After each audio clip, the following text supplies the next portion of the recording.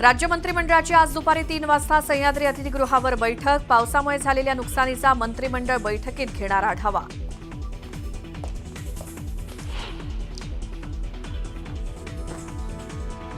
मुंबई पुण्यासाठी आज पावसाचा येलो अलर्ट। मुंबईत मुसळधारेचा अंदाज, हवामान विभागानं वर्तवला अंदाज।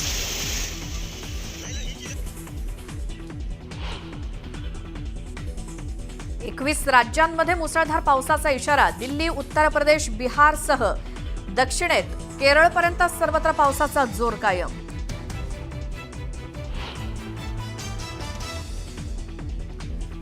मुंबईतील ॲक्वालाईनच्या वरळी मेट्रो स्टेशनवर छताला गळती। न्यूज 18 लोकमतच्या ग्राउंड रिपोर्टमध्ये धक्कादायक वास्तव।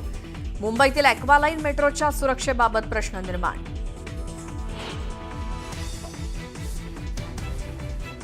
बीड जिल्ह्यातील गेवराईमध्ये भीषण अपघात। डिव्हायडरमध्ये अडकलेली कार काढत असताना ट्रकची धडक।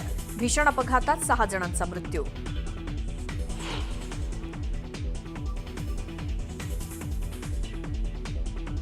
वैष्णवीच्या शरीरावर मारहाणीच्या 29 जखमा। तपासात आणखी एक धक्कादायक माहिती समोर।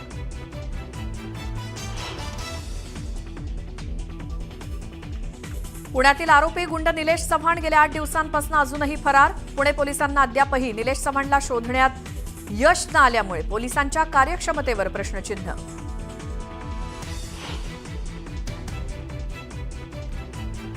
फरार असताना राजेंद्र हगवणेला मदत करणं भोवलं। कर्नाटकच्या माजी मंत्र्याच्या मुलासह 5 जणांना अटक।